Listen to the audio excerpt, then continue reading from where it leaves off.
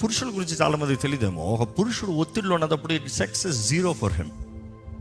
And ఈరోజు 95% of men are in stress, which means sex is zero for them. ఒత్తిడిలో ఉన్నవాడికి నువ్వు ఏం ప్లెజర్ కోడవు, అబ్బా నా నిద్ర, అబ్బా నా మనస్సును, అబ్బా నీకు దండ, నన్ను వదలరా బాబు అంటాడట, నాకేం వద్దంటాడట. He is not interested because he stressed. ఎందుకు పురుషుడిగా చెప్తున్నానంటే, స్త్రీలకి సెక్స్ అనేది as far the request is the 13th, పురుషులకి ఇట్ ఈస్ నెంబర్ 2. స్టడీస్ తెలియజేస్తారు, అనేక స్టడీస్ చేస్తారు దీని గురించి. ఒక పురుషుడికి ముఖ్యంగా అవసరమైంది ఏంటి? మొదటిది ఏంటంటే సెక్స్ కాదు, మొదటిది గౌరవం, ఆనర్ లేకపోతే సెక్సే వద్దంటాడంట. రెండోది సెక్స్, బికాస్ హిస్ టెస్టోస్టెరాన్స్ జనరేట్ అవుతున్నాయి, కానీ the body is built like that to take care of his body organs, recovery, thinking, mood, everything. ఇంకో మాటలో చెప్పాలంటే, స్త్రీలకి మెన్స్ట్రువల్ సర్కిల్ నెలకు ఒకసారి వస్తుంది, ఒక పురుషుడికి అంతా రోజుకి 24 hours ఒకసారి వస్తుంది. That is how men are build. So they are built in a different way అందుకని మూడ్ స్వింగ్లు ఎప్పుడు అవుతాయి చూడండి. When the testosterone level down అవుతాయి, మూడ్ స్వింగ్లు అవుతాయి. వెళ్ళి టెస్టోస్టెరాన్ లెవెల్ టెస్ట్ చేయించుకో, నీ టెస్టోస్టెరాన్ తక్కువైందా, నీ మూడ్ స్వింగ్ తక్కువైందా, దాని తగిన ట్రీట్మెంట్ కావాలి నీకు.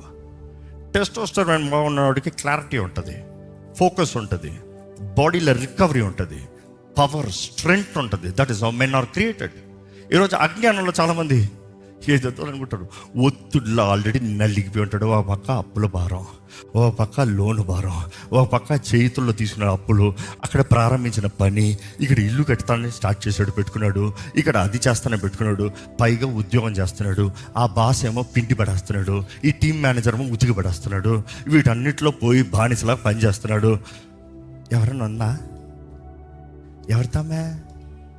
ఎవరి పక్కన కూర్చున్నావు? ఎవరితో మాట్లాడు?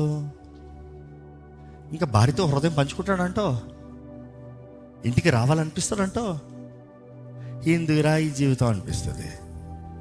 చూసి చేతులారా కుటుంబాలను పాడు చేసుకుంటారు. It's worse worse. పురుషులు మాత్రం మాట్లాడతలేదు, స్త్రీలు కూడా ఉన్నారు. I'm saying worse worse. ఎందుకంటే కొంతమంది చూస్తాం, స్త్రీలు గుడ్డు సాకరి చేస్తారు. ఈయన దొర సోషల్ మీడియా పెట్టుకుంటాడు, టీవీ పెట్టుకుంటాడు, నెట్ఫ్లిక్స్ పెట్టుకుని కూర్చుంటాడు ఇంట్లో.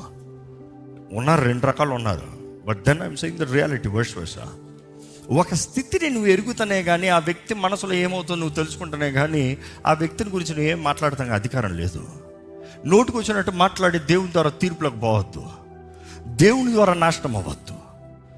దీనుల పక్షాన దేవుడు అంటాడంట. ఇందాక చదివిన కీర్తన మరలా ఇంటికి వెళ్ళి మరలా చదువుకుని వచ్చిన తర్వాత ధ్యానించండి, అందులో ఉంది పవర్.